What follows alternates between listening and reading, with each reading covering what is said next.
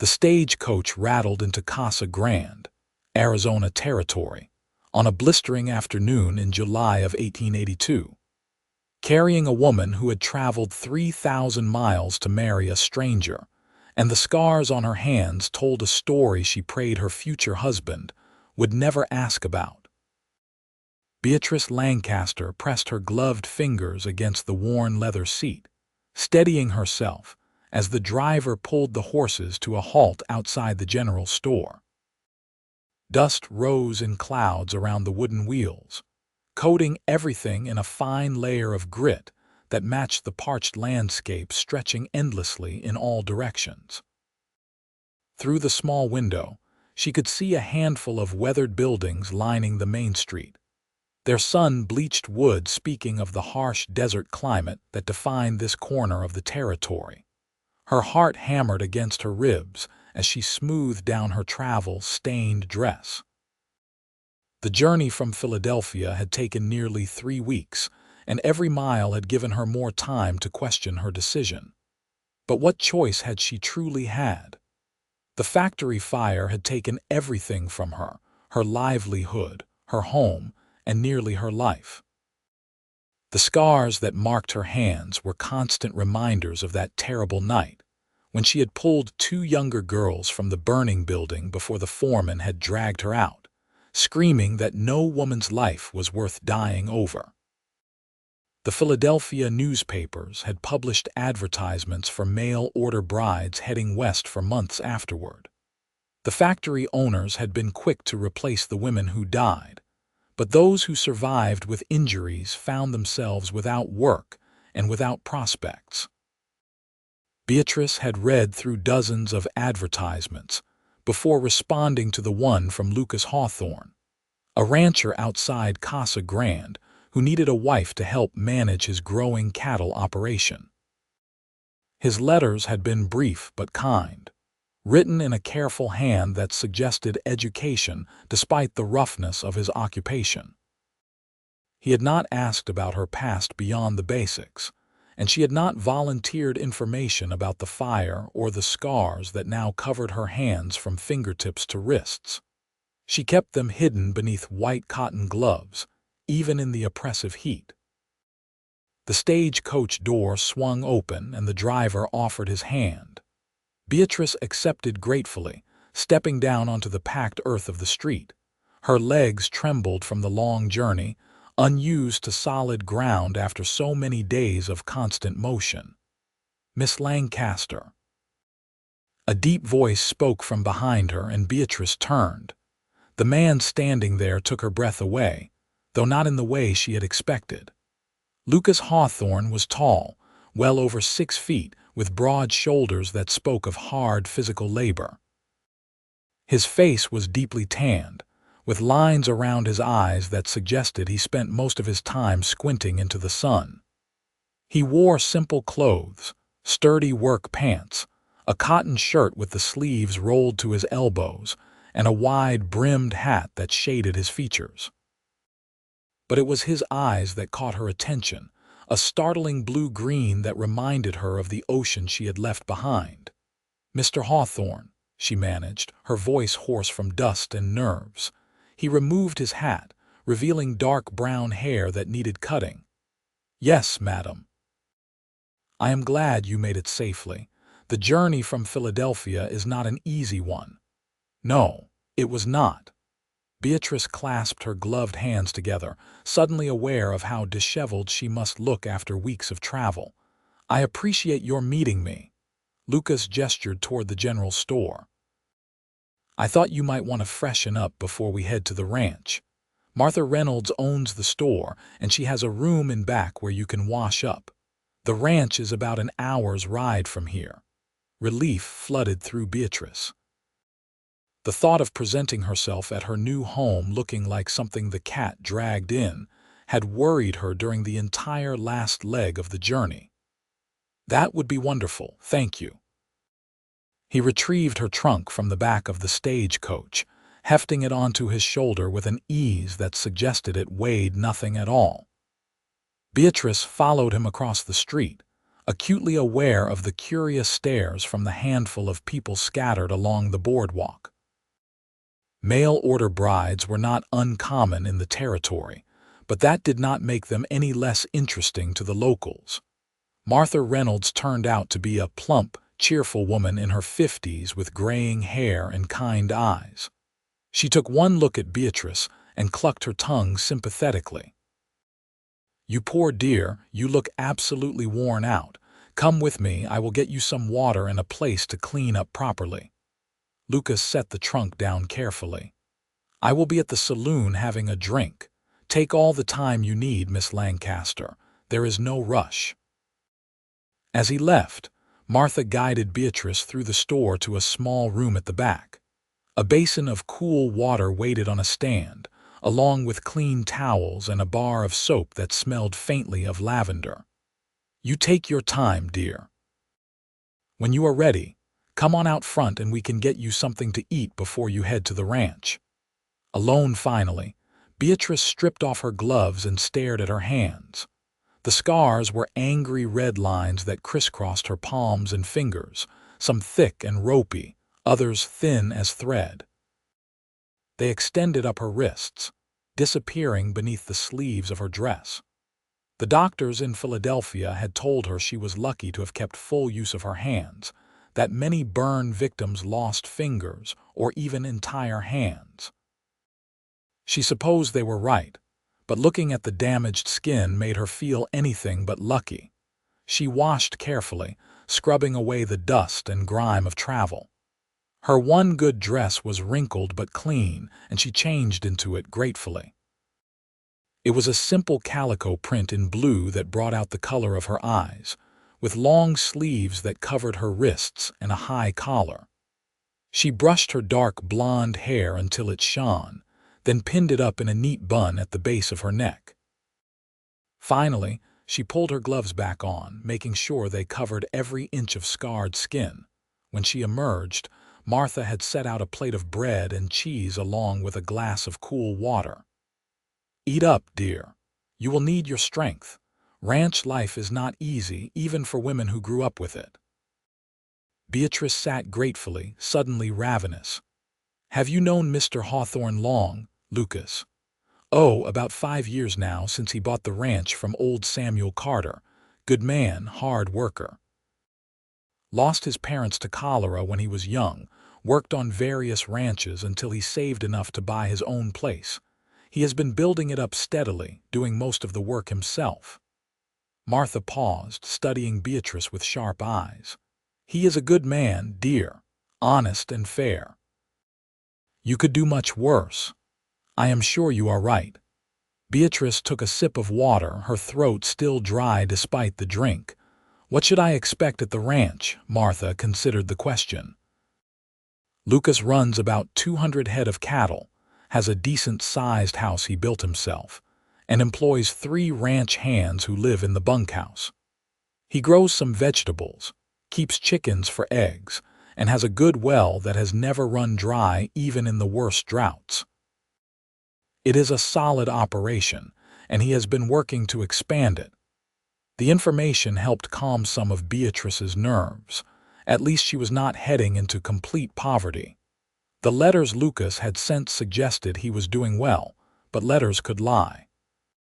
His description seemed honest enough, which was more than many women in her situation could hope for. She finished eating and thanked Martha for her kindness. The older woman patted her hand gently. "You come into town whenever you need a friendly face, you hear. Life on a ranch can be lonely, especially for someone not used to it." Lucas was waiting outside, leaning against a wagon drawn by 2 sturdy horses. He straightened when he saw her, his eyes widening slightly. "You look much refreshed, Miss Lancaster." "Thank you." She allowed him to help her up onto the wagon seat, conscious of his strong hands on her waist. He loaded her trunk into the back and climbed up beside her, taking the reins with practiced ease. As they left Casa Grande behind, the landscape opened up into vast stretches of desert dotted with sagebrush and the occasional twisted mesquite tree. The mountains rose in the distance, purple and hazy in the afternoon heat. The silence between them stretched, broken only by the creak of the wagon wheels and the steady clip-clop of the horses' hooves. "I hope the ranch will be to your liking," Lucas finally said, his deep voice cutting through the quiet. "It is not fancy, but it is comfortable enough. The house has 3 bedrooms, a kitchen, and a sitting room. I hired a woman from town to come out and clean it up proper before your arrival." "I am sure it will be fine," Beatrice replied. "I am not accustomed to luxury, Mr. Hawthorne. I worked in a textile factory before coming here." He glanced at her, surprise evident on his face. A factory? That must have been hard work. It was. She did not elaborate, and he did not press. They rode in silence for a while longer before Lucas spoke again. "I want to be honest with you about what this arrangement entails. I need help running the ranch, someone to manage the household while I manage the cattle and the land. I am looking for a partner, not just someone to cook and clean. If you are willing to learn, I can teach you about the business side of ranching." Beatrice turned to look at him fully. His profile was strong, all angles and planes carved by sun and wind. "I would like that very much. I have always been quick to learn new things." A small smile tugged at his lips. "Good. That will make things easier." The ranch appeared as they crested a low rise. The house was larger than Beatrice had expected, a solid structure of adobe and wood with a covered porch that wrapped around 2 sides. Several outbuildings stood nearby, including a barn, a chicken coop, and what must be the bunkhouse. A windmill turned lazily in the breeze, pumping water into a large trough where several cattle stood drinking. Lucas pulled the wagon to a halt in front of the house and jumped down, coming around to help Beatrice descend. His hands were gentle on her waist, and she caught a faint scent of leather and sage as he lifted her down. "Welcome home," he said simply. The words hit Beatrice harder than she expected. Home. She had not had a real home since the fire, had been living in a boarding house with 6 other women, all of them struggling to make ends meet. The thought of having a place to belong again made her throat tight with unexpected emotion. "Thank you," she managed. He carried her trunk inside, and Beatrice followed, taking in everything with wide eyes.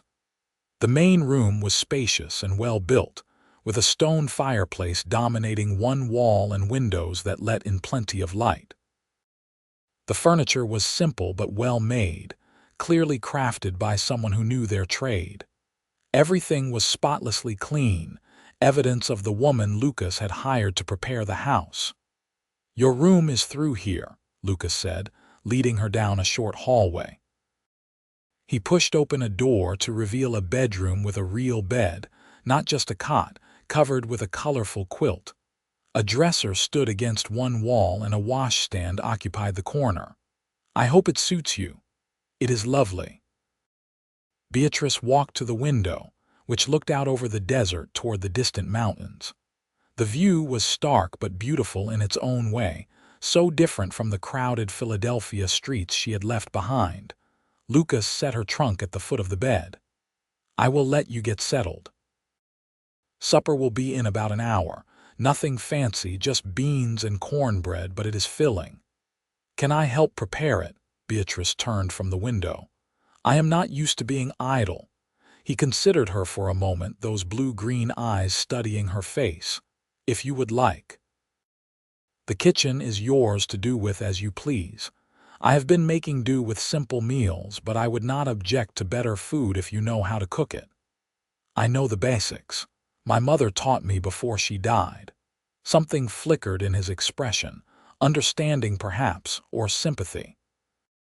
"Mine taught me too, before the cholera took her and my father both. Funny how those lessons stick with you." It was the most personal thing he had said to her, and Beatrice felt a small connection form between them. They were both orphans, both people who had lost everything and were trying to build something new. "I will wash up and meet you in the kitchen," she said. He nodded and left, pulling the door closed behind him. Beatrice sat on the edge of the bed, her legs suddenly weak. She had done it. She had traveled halfway across the country to marry a stranger, and now here she was in her new home with a man she had known for less than 2 hours.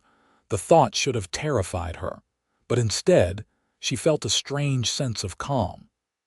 Lucas seemed like a good man, exactly as Martha had described. He was not unkind or rough, had not looked at her with the sort of predatory interest that made her skin crawl.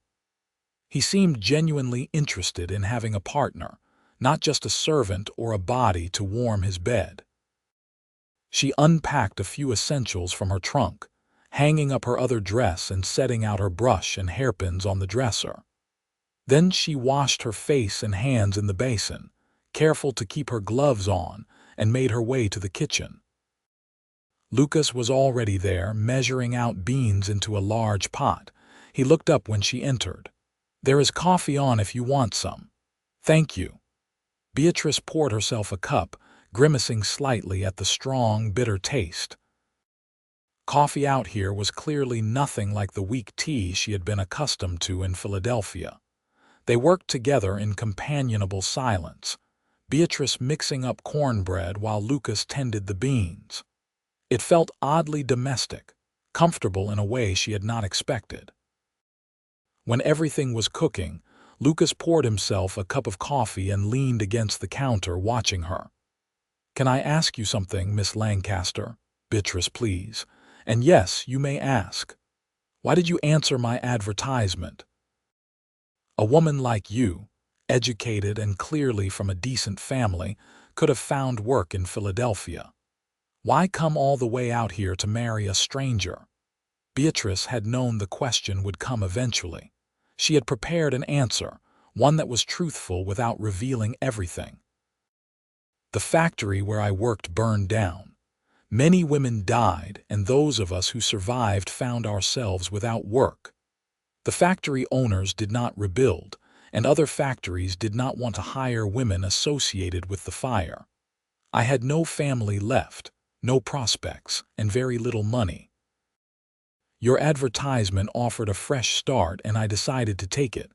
Lucas nodded slowly. "That makes sense. I am sorry about the fire. That must have been terrible." "It was." Beatrice took a sip of her coffee, forcing herself to meet his eyes. "I hope my past will not be a problem. I am a hard worker, and I will do my best to be a good wife and partner." "Your past is your own," Lucas said firmly. "We all have things we would rather forget. What matters is moving forward." The words settled something inside Beatrice, a tight knot of anxiety she had been carrying since leaving Philadelphia. Maybe this could work. Maybe she really could start over here in the desert, far from the memories of smoke and screams and burning flesh. They ate supper at a small table in the kitchen, the food simple but good. Lucas told her about the ranch, the daily routines, the challenges of raising cattle in the desert climate. Beatrice listened carefully, filing away information for later. She asked questions, and he answered them patiently, clearly pleased by her interest. As they cleaned up the dishes together, Lucas glanced at her gloves. "You wear those all the time?" Beatrice's hand stilled in the soapy water. "Yes, I find them practical. Must be hot in this weather." "I am used to it." He did not push, for which she was grateful, but she could feel his curiosity, knew it was only a matter of time before he asked outright. The thought made her stomach twist with dread. After the dishes were done, they sat on the porch as the sun began to set, painting the desert in shades of gold and orange. Lucas pointed out landmarks, explaining the boundaries of his property and where the best grazing land was located. 3 men rode up as darkness fell, the ranch hands returning from their work. Lucas introduced them as they dismounted near the bunkhouse. Thomas was the oldest, a weathered man in his 50s with a salt and pepper beard. James and Robert were younger, brothers in their 20s who had come west from Texas looking for work. All three tipped their hats respectfully to Beatrice, their curious gazes taking in the new addition to the ranch. "Boys, this is Beatrice Lancaster, my intended. We will be married in town on Sunday. I expect you all to be on your best behavior." "Yes, sir," they chorused, and Thomas added, "Welcome to the ranch, Miss Lancaster. It will be nice having a woman's touch around here again." After they had gone to the bunkhouse, Lucas turned to Beatrice. "I arranged for the preacher in Casa Grande to marry us on Sunday. That gives you a few days to settle in and make sure this is what you want. If you change your mind, I will pay for your passage back to Philadelphia, no questions asked." Beatrice stared at him in surprise. "You would do that?" "Of course. I will not force a woman to marry me if she does not want to. That would not be right." The gesture touched her deeply. "I will not change my mind, Lucas. I came here to marry you, and I intend to keep my word." He smiled, the expression transforming his serious face into something warmer. "I am glad to hear it, but the offer stands, just in case." As the stars began to appear overhead, brilliant in the clear desert sky, Beatrice felt hope stirring in her chest for the first time in months. Maybe she could be happy here. Maybe this strange, quiet man with the kind eyes could give her the fresh start she so desperately needed. The next few days passed in a blur of activity. Beatrice threw herself into learning the rhythms of ranch life, rising before dawn to prepare breakfast for Lucas and the ranch hands. She tended the chickens, gathered eggs, and worked in the vegetable garden that Lucas had planted behind the house. The heat was brutal, nothing like the humid summers of Philadelphia, but she found she did not mind it as much as she had expected.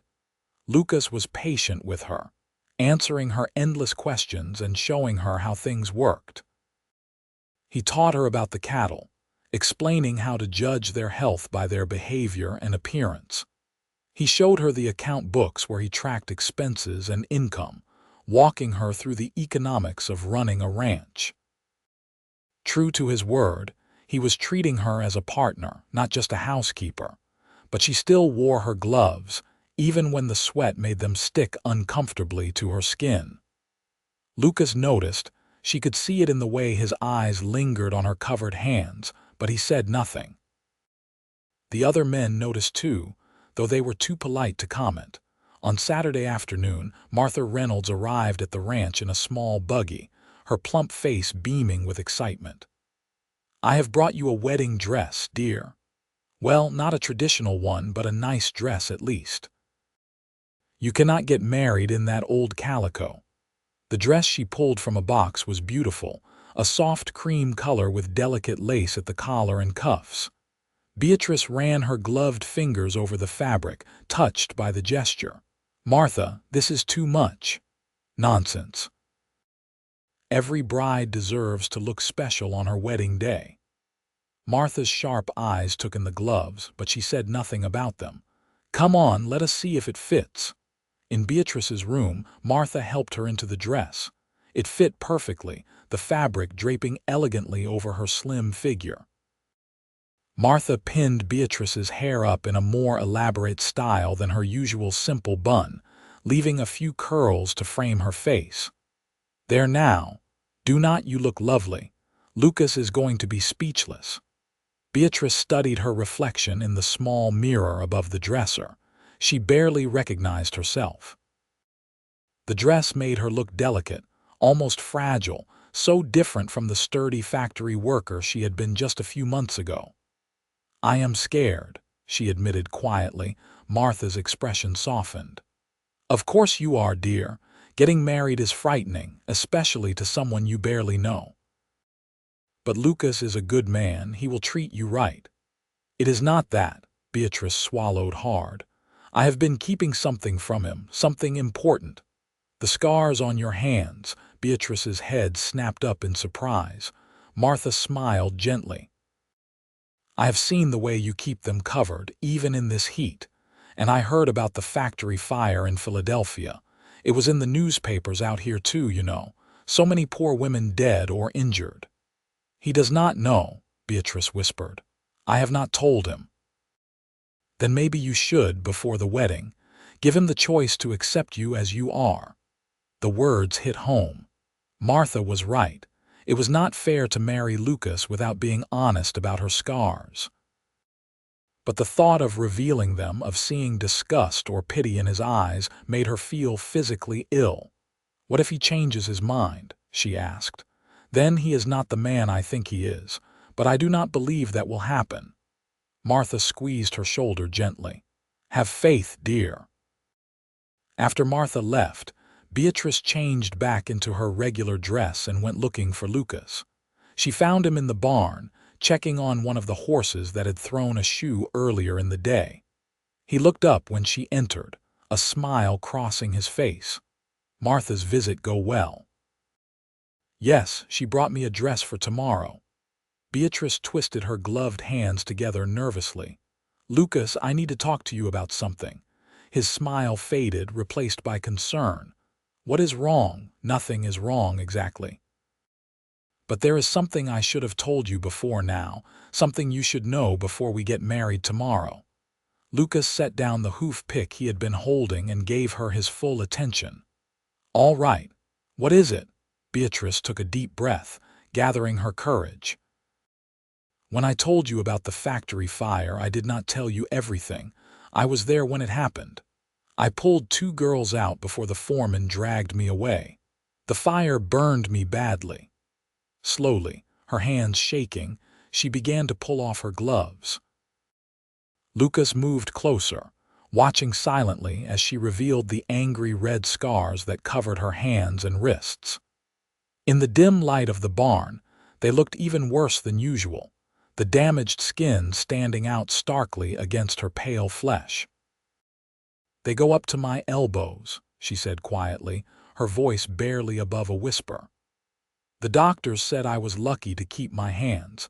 Many others were not so fortunate." She could not look at him, could not bear to see his reaction. The silence stretched between them, heavy and suffocating. Then, to her utter shock, Lucas reached out and gently took one of her hands in both of his. "May I?" he asked softly. Unable to speak, Beatrice nodded. Lucas lifted her hand, studying the scars closely. His fingers traced over the damaged skin with a gentleness that made her throat tight. Then, slowly, deliberately, he raised her hand to his lips and kissed one of the thick scars that crossed her palm. "Beautiful," he murmured. Beatrice's eyes flew to his face, certain she had misheard. "What?" Lucas looked up at her, those blue-green eyes intense and serious. "These scars are beautiful, Beatrice. Do you know why?" She shook her head, unable to form words. "Because they show that you are brave. You did not run from that fire, you ran into it to save those girls. These scars mean you put others before yourself, that you risked everything to help people who needed you." He kissed another scar, this one along her thumb. "That makes them beautiful to me." Tears spilled down Beatrice's cheeks before she could stop them. "I thought you would be disgusted. I thought you would not want to marry me if you knew." "Disgusted?" Lucas carefully took her other hand, removing the remaining glove and kissing the scars there too, one by one. "Why would I be disgusted by proof of your courage? These scars are nothing to be ashamed of, Beatrice. Nothing at all." The dam broke, and Beatrice began to sob, all the fear and shame she had been carrying since the fire pouring out of her. Lucas pulled her into his arms, holding her close as she cried against his chest. His hands rubbed soothing circles on her back, and he murmured soft words of comfort until her tears finally slowed. "I am sorry," she managed, pulling back slightly and wiping at her face with her scarred hands. "I did not mean to fall apart like that. You have nothing to apologize for." Lucas reached up and gently wiped away a remaining tear with his thumb. "Thank you for trusting me enough to show me. I know that could not have been easy. Martha convinced me I should tell you before the wedding, give you a chance to change your mind." Well, Martha was right that you should tell me, but wrong if she thought I would change my mind. Lucas smiled at her, warm and genuine. I want to marry you tomorrow, Beatrice Lancaster, scars and all. Nothing you have told me changes that. Fresh tears threatened, but these were tears of relief and something else, something that felt suspiciously like the beginning of love. I want to marry you too, Lucas Hawthorne. He leaned down slowly, giving her plenty of time to pull away if she wanted. When she did not, his lips met hers in a gentle kiss that made her heart race. It was her first real kiss, sweet and tender and full of promise. When they finally pulled apart, Lucas rested his forehead against hers. No more hiding, all right.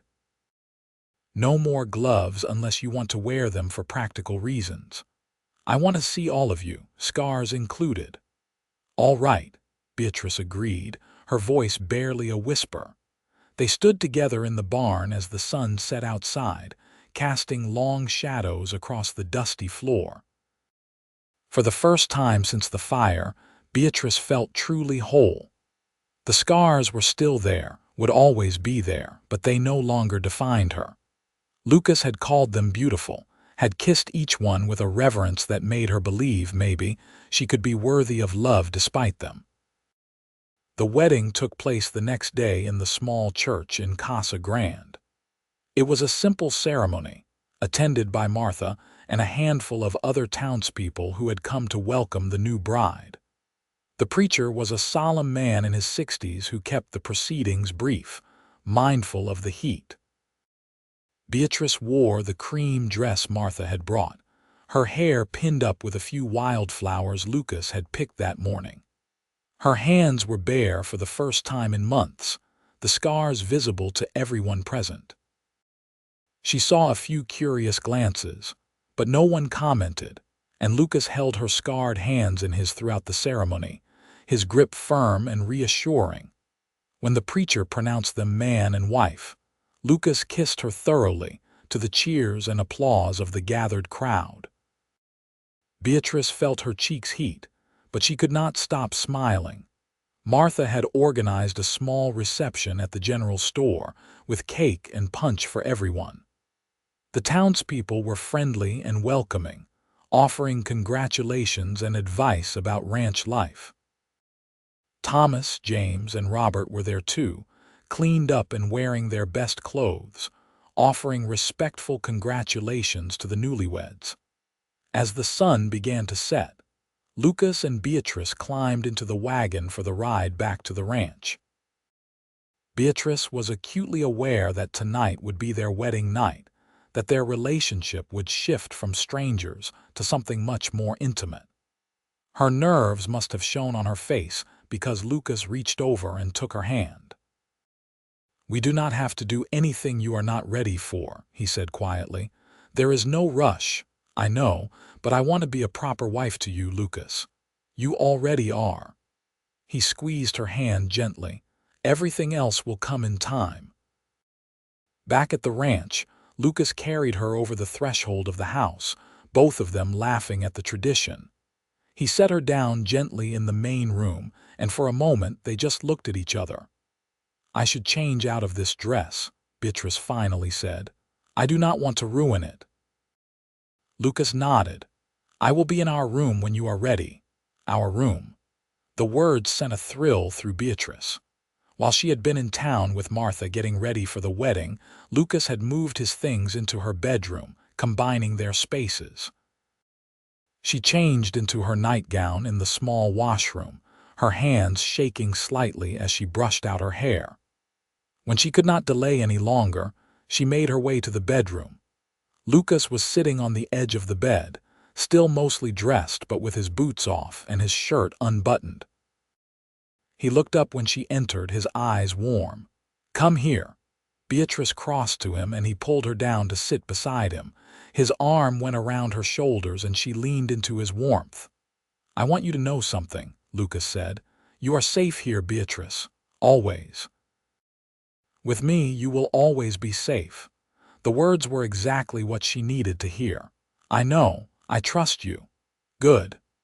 He tilted her chin up and kissed her, soft and sweet at first, then deepening as she responded.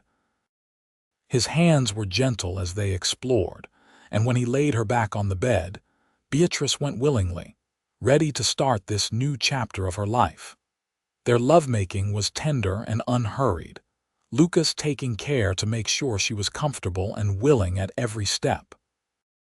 Afterward, they lay tangled together in the darkness, Beatrice's scarred hands resting on Lucas's chest as his fingers traced idle patterns on her back. "I never thought I could be this happy," she admitted quietly. "After the fire, I thought my life was over, but it feels like a miracle." Lucas pressed a kiss to the top of her head. "I know what you mean. I have been alone for so long, building this ranch by myself. Having you here, it makes everything feel different, complete."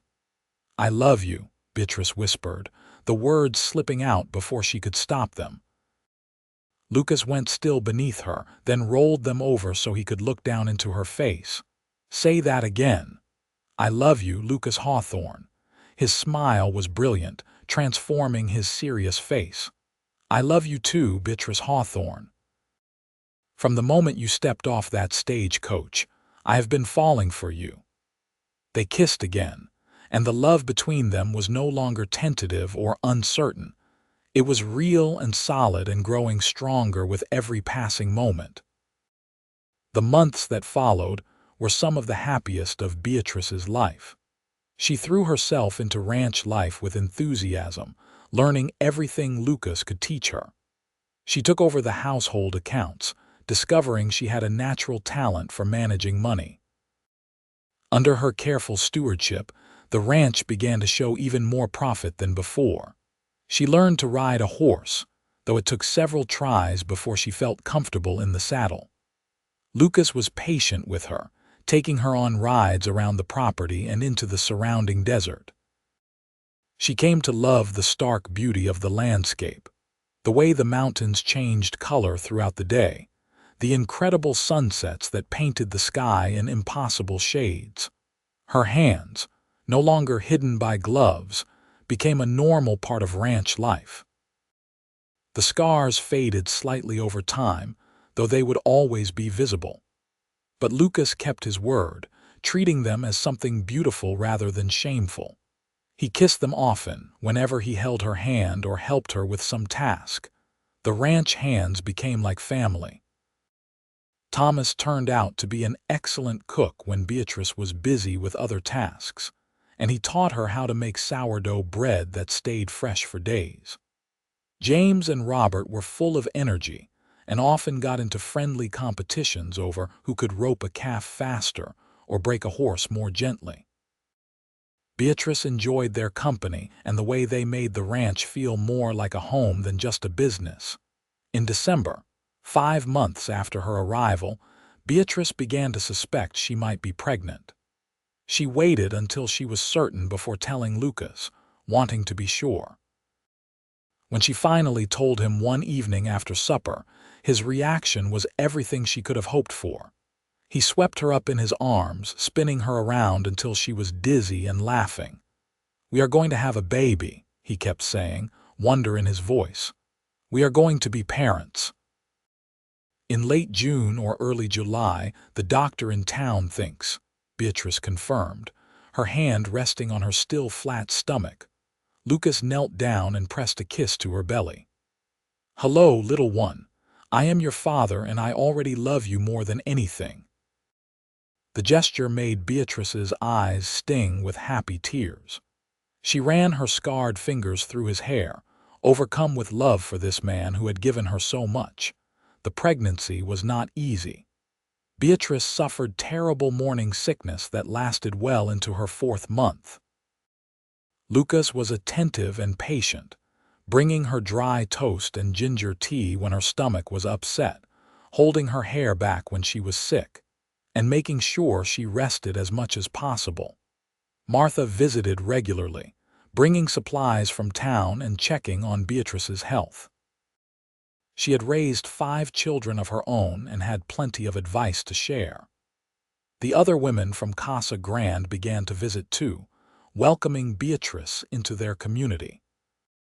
She had not realized how lonely she had been for female companionship until she found herself surrounded by women who genuinely cared about her. As her belly grew, Lucas became increasingly protective. He insisted she stop doing heavy work around the ranch, much to her frustration. They argued about it one evening in March when she insisted on helping him repair a fence. "You should be resting," Lucas said firmly. "The baby needs you to take care of yourself." "I am pregnant, not made of glass," Beatrice shot back. "I am perfectly capable of holding a fence post steady." "I know you are capable, but I do not want you to overdo it. Please, Beatrice, let me worry about the ranch while you worry about growing our child." She wanted to keep arguing, but the genuine concern in his eyes made her soften. "I just do not want to be useless. I need to feel like I am contributing." Lucas pulled her into his arms, careful of her swollen belly. "You are growing our baby.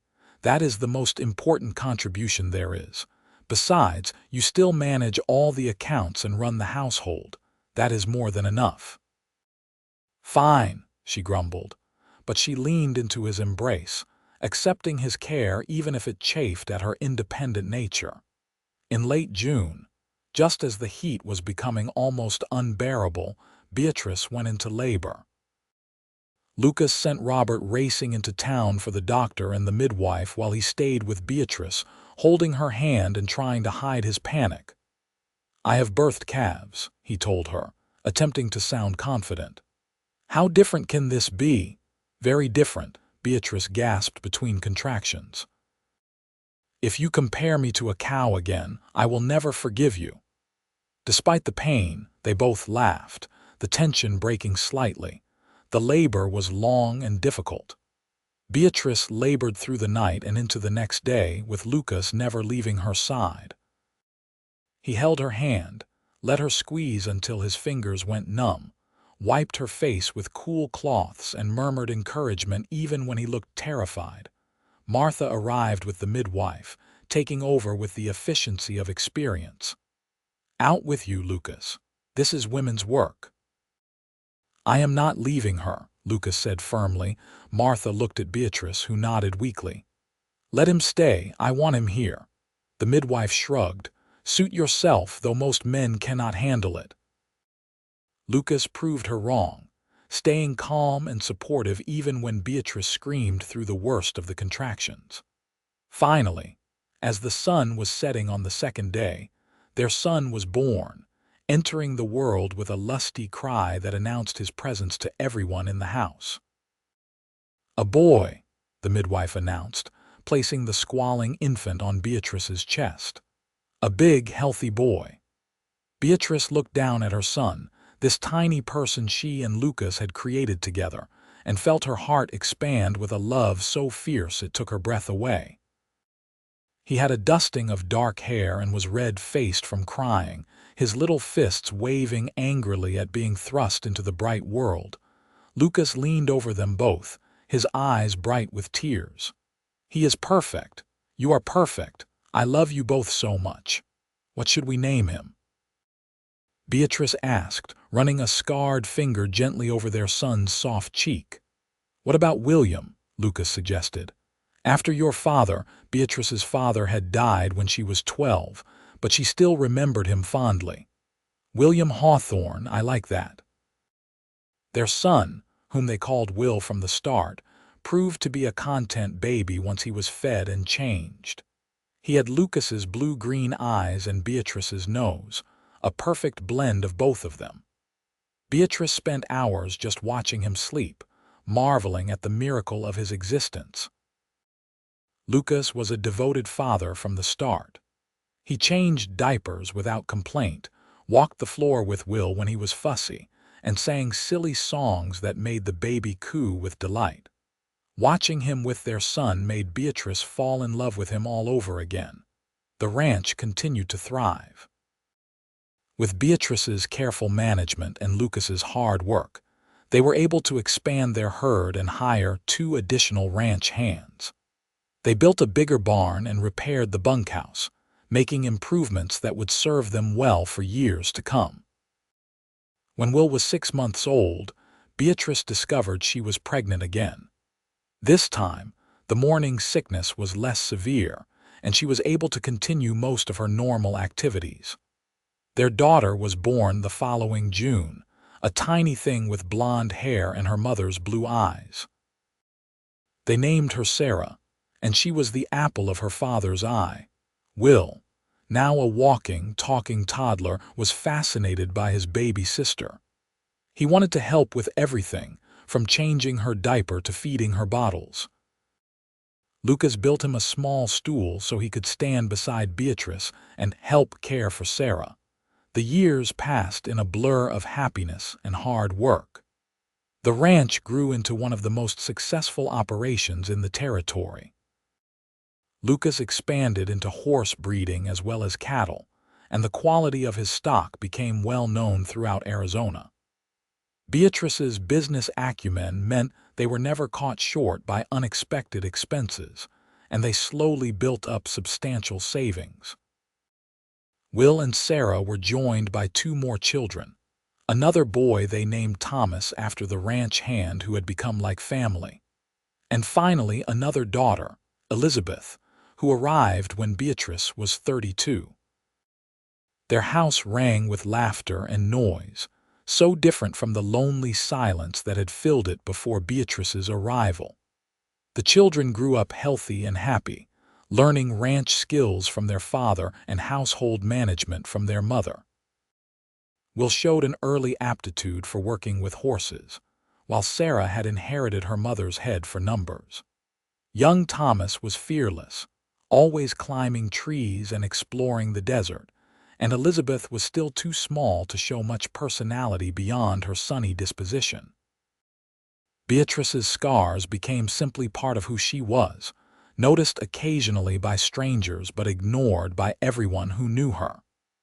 The children asked about them when they were old enough to be curious, and Beatrice told them the story of the factory fire and the girls she had saved.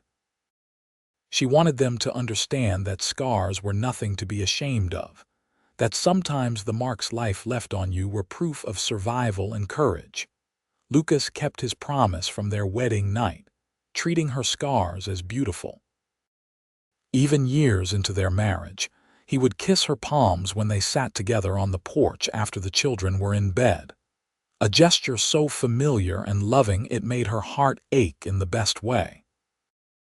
One evening, when Beatrice was 35 and Lucas 42, they sat on that same porch watching the sunset paint the desert in shades of gold and crimson. The children were playing in the yard, their laughter carrying on the warm breeze.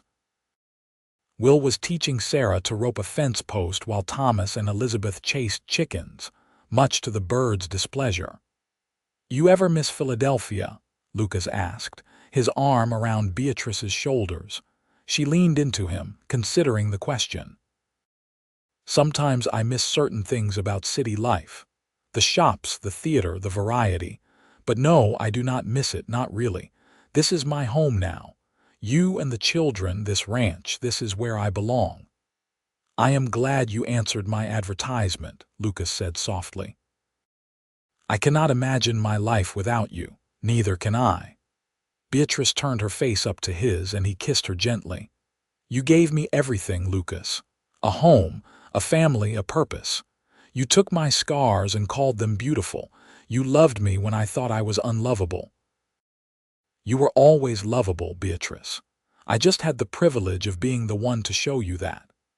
They sat together as the sun disappeared below the horizon, and the stars began to appear, surrounded by the sounds of their children's laughter and the peaceful evening sounds of the ranch. Beatrice looked down at her scarred hands, still held in Lucas's larger ones, and felt nothing but gratitude for the path that had led her here.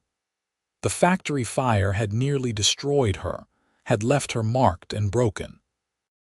But it had also pushed her to take a chance, to travel across the country to marry a stranger. And that gamble had paid off in ways she never could have imagined. She had found not just a husband but a true partner, someone who saw past her scars to the person beneath, someone who valued her mind as much as her body, who treated her as an equal rather than a possession, someone who loved her completely and without reservation. The children grew, and the ranch grew with them. Will eventually took over most of the day-to-day operations, showing the same dedication and skill his father had. He married a sweet girl from town named Alice, and they gave Beatrice and Lucas their first grandchildren, twin boys who ran wild across the ranch, just as their father had before them. Sarah moved to Phoenix to attend a new teacher's college, determined to get an education.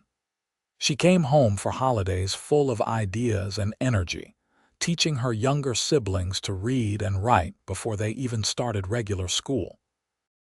Eventually, she did marry, to a banker in Phoenix, but she never gave up teaching, running a small school for children whose parents could not afford tuition.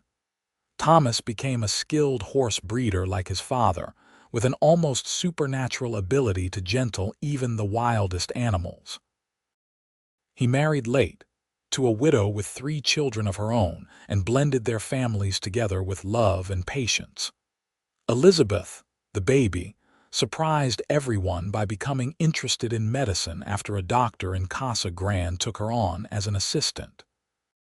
She eventually went east to study nursing, returning years later to open a small clinic in town. Through it all, Lucas and Beatrice remained the steady center of their growing family. They celebrated births and mourned deaths, weathered droughts and celebrated good years, and grew old together surrounded by children and grandchildren. When Beatrice was 53, Martha Reynolds passed away peacefully in her sleep. The whole town mourned the loss of the kind woman who had welcomed so many new arrivals to Casa Grande. At the funeral, Beatrice stood before the gathered crowd and spoke about the day Martha had brought her a wedding dress, had encouraged her to tell Lucas about her scars, had believed in the possibility of happiness when Beatrice had almost given up hope. She was more than a friend, Beatrice said, her voice steady despite her tears. She was the first person in Arizona to show me kindness, and that kindness changed my life. I will be forever grateful to her. Lucas stood beside her, his hand in hers, offering silent support. His hair was more gray than brown now, and lines marked his face, but his blue-green eyes were as sharp and kind as ever. They had weathered more than 20 years together, and their love had only deepened with time. The ranch continued to prosper under Will's management, and Lucas was able to step back from the hard physical labor, though he still spent every day out on the land he loved. Beatrice focused more on her grandchildren, spoiling them shamelessly and teaching them the same lessons of courage and kindness her mother had taught her. On their 25th wedding anniversary, the whole family gathered at the ranch for a celebration. All 4 children were there with their spouses and children, filling the house and yard with noise and chaos. Someone had strung lanterns around the porch, and tables groaned under the weight of food. As the evening wore on and the grandchildren were put to bed, the family gathered around a bonfire. Will played guitar while Sarah sang, her beautiful voice carrying across the desert night. Lucas pulled Beatrice to her feet and danced with her in the firelight, both of them laughing at their lack of grace. 25 years, Lucas said, his arms around her waist, and I would do it all again in a heartbeat. So would I, Beatrice agreed, resting her head on his shoulder. Every moment, every challenge, every joy, all of it was worth it to get here. Here is to 25 more, he said, kissing her tenderly. They both knew 25 more years was unlikely at their age, but the sentiment was what mattered. They would love each other for whatever time they had left, making the most of every day. The years continued to pass, measured now in grandchildren's birthdays and harvest seasons and quiet evenings on the porch. Beatrice's hands grew more gnarled with age, arthritis setting in, but the scars remained visible beneath the wrinkles. She still caught Lucas kissing them sometimes when he thought she was asleep, still treating them with the same reverence he had shown on that day in the barn so many years ago. When Beatrice was 61, she became seriously ill with pneumonia. The doctor from Casa Grande came to the ranch and did what he could, but they all knew her chances were not good. She drifted in and out of consciousness, sometimes lucid and sometimes lost in fever dreams. During one of her lucid moments, she found Lucas sitting beside the bed, holding her hand and watching her with worried eyes. "You are supposed to outlive me," she said, her voice weak. "I always thought you would go first." "Sorry to disappoint you," he replied, trying to smile but failing. "But you are not going anywhere. You are too stubborn to let a little pneumonia take you down." "I am tired, Lucas, so tired. I know, my love, but the children need you, the grandchildren need you, I need you." His voice broke on the last words. "Please do not leave me." "I am not ready to say goodbye." Beatrice squeezed his hand weakly. "If I do go, you have to promise me something. Anything? You have to keep living. Really living, not just existing. You have to watch the grandchildren grow, help Will with the ranch, spoil Elizabeth's future children." "Promise me." "I promise," Lucas said, tears streaming down his face. "But you are going to be fine. You have to be fine." Whether it was Lucas's pleading or her own stubborn will or simply luck, Beatrice did recover. It took months before she regained her strength, and she never quite returned to her pre-illness energy levels, but she survived. Lucas hired a woman from town to help with the heavier household tasks, and Beatrice learned to accept help more gracefully than she had when she was younger. She lived to see 2 more great-grandchildren born, tiny perfect beings that reminded her of her own children when they were small. She taught them to bake cookies and told them stories about the old days, when the ranch was just starting and the territory was still wild and rough. On a warm evening in October, when Beatrice was 68 years old, she sat on the porch with Lucas watching the sunset. It had become their routine, this quiet time together at the end of each day. They rarely talked much anymore, comfortable enough in their companionship that words were not always necessary. "I have been thinking," Beatrice said suddenly, "about the day we met. Do you remember?" "Of course I remember," Lucas replied. "You stepped off that stagecoach looking scared and brave at the same time.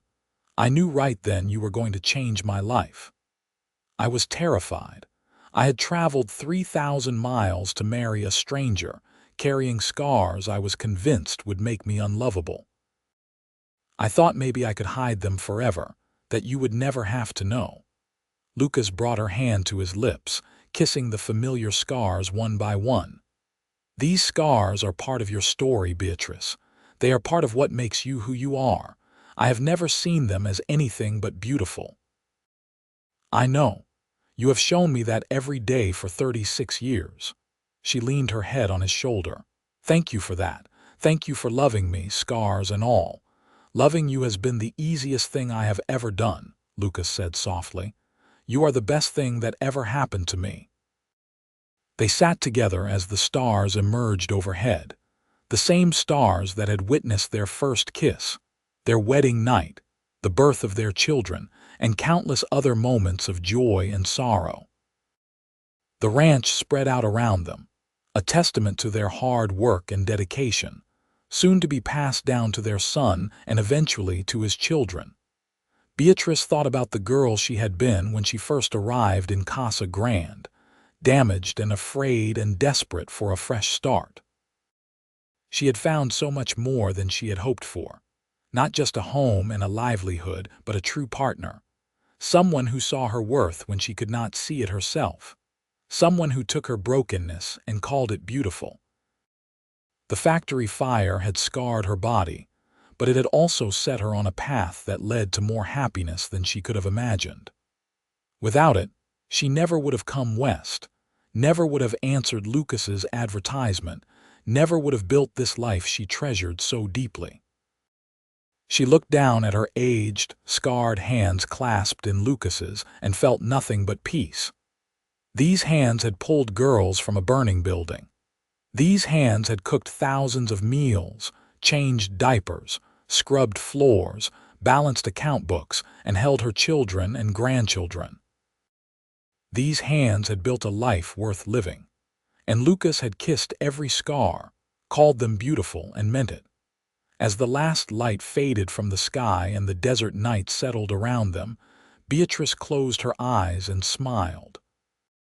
She had found her home, her purpose, and her great love, all in this wild, beautiful corner of the Arizona territory. The scars that had once been a source of shame had become a symbol of survival and strength. She had arrived in Casa Grande broken and afraid, and she had built a life beyond her wildest dreams. The mail-order bride with scarred hands had found a cowboy who saw past the damage to the courage beneath, and together they had created something beautiful. Their children carried on the legacy they had built, teaching their own children about hard work, compassion, and the importance of seeing beyond surface appearances. The ranch continued to thrive, a lasting monument to what two people could build when they worked together with love and dedication. And every evening, as the sun set over the desert, Lucas would take Beatrice's scarred hands in his and kiss them gently, a gesture of love that never grew old.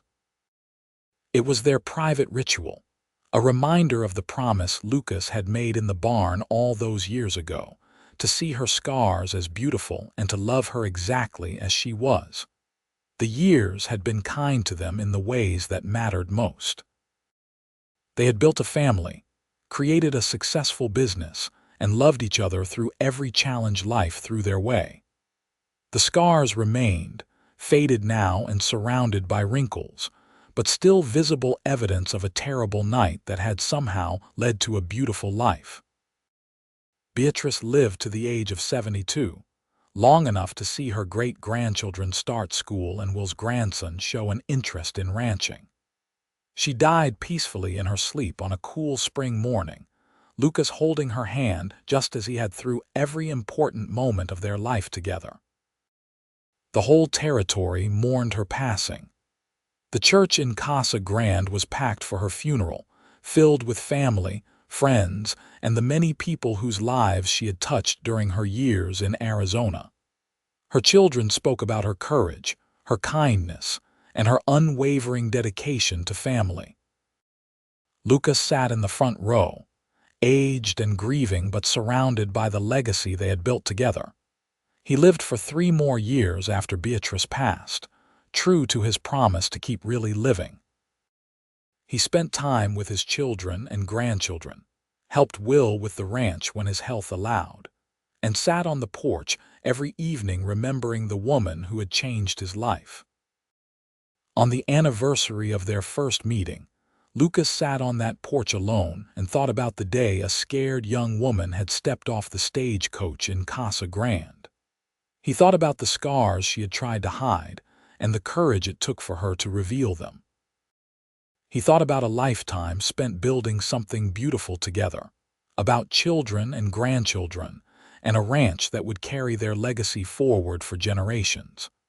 When Lucas died at 78, surrounded by family, his last words were about Beatrice. "Tell her I am coming," he whispered. "Tell her the scars were always beautiful." They buried him beside Beatrice in the small cemetery outside Casa Grande, their graves side by side under the endless Arizona sky. The headstones were simple but elegant, marked with their names and the dates that encompassed their lives. But more than the dates, more than the names, what mattered was the story those graves represented. A mail-order bride who came with scars had found a cowboy who kissed each one and called them beautiful. Together, they had built a life filled with love, laughter, hard work, and devotion. They had raised children who grew into good, kind adults. They had created a ranch that prospered and endured. They had loved each other through every joy and sorrow, growing old together in a land that had once seemed so foreign and frightening. Their great-great-grandchildren still work the ranch that Lucas and Beatrice built, carrying on traditions passed down through 5 generations. The story of how they met, of Beatrice's scars and Lucas's acceptance, has become family legend, told and retold to teach children about courage, love, and the importance of seeing beyond surface appearances. The house they shared still stands, expanded and modernized but with the original structure intact. Sometimes, on quiet evenings when the wind blows just right, you can almost imagine 2 figures sitting on the porch, hands clasped together, watching the desert sunset in comfortable silence. The scars that once caused Beatrice such shame became a symbol of strength for her descendants. They learned from her example that marks left by life's trials are not things to hide but badges of survival. They learned that true love sees past surface damage to the beautiful person beneath. They learned that sometimes the worst moments of our lives can set us on paths to our greatest happiness. Lucas and Beatrice's love story became the foundation upon which an entire family was built, a testament to the power of acceptance, kindness, and unwavering devotion. The cowboy who kissed the scars and called them beautiful, and the mail-order bride who learned to believe him, created a legacy that would endure long after they were gone. Their story reminds us that beauty is not about perfection, but about the courage to keep living, to keep loving, and to keep believing in the possibility of happiness even when life has left its marks on us. The scars we carry, whether visible or hidden, are proof of our strength and survival. And sometimes, if we are very lucky, we find someone who sees those scars not as flaws but as evidence of our beautiful, imperfect humanity. In the wild, harsh landscape of the Arizona Territory in the late 1800s, 2 people found each other and built something that lasted. Their love story was not perfect or easy, but it was real and true and beautiful. And that, in the end, is all that matters.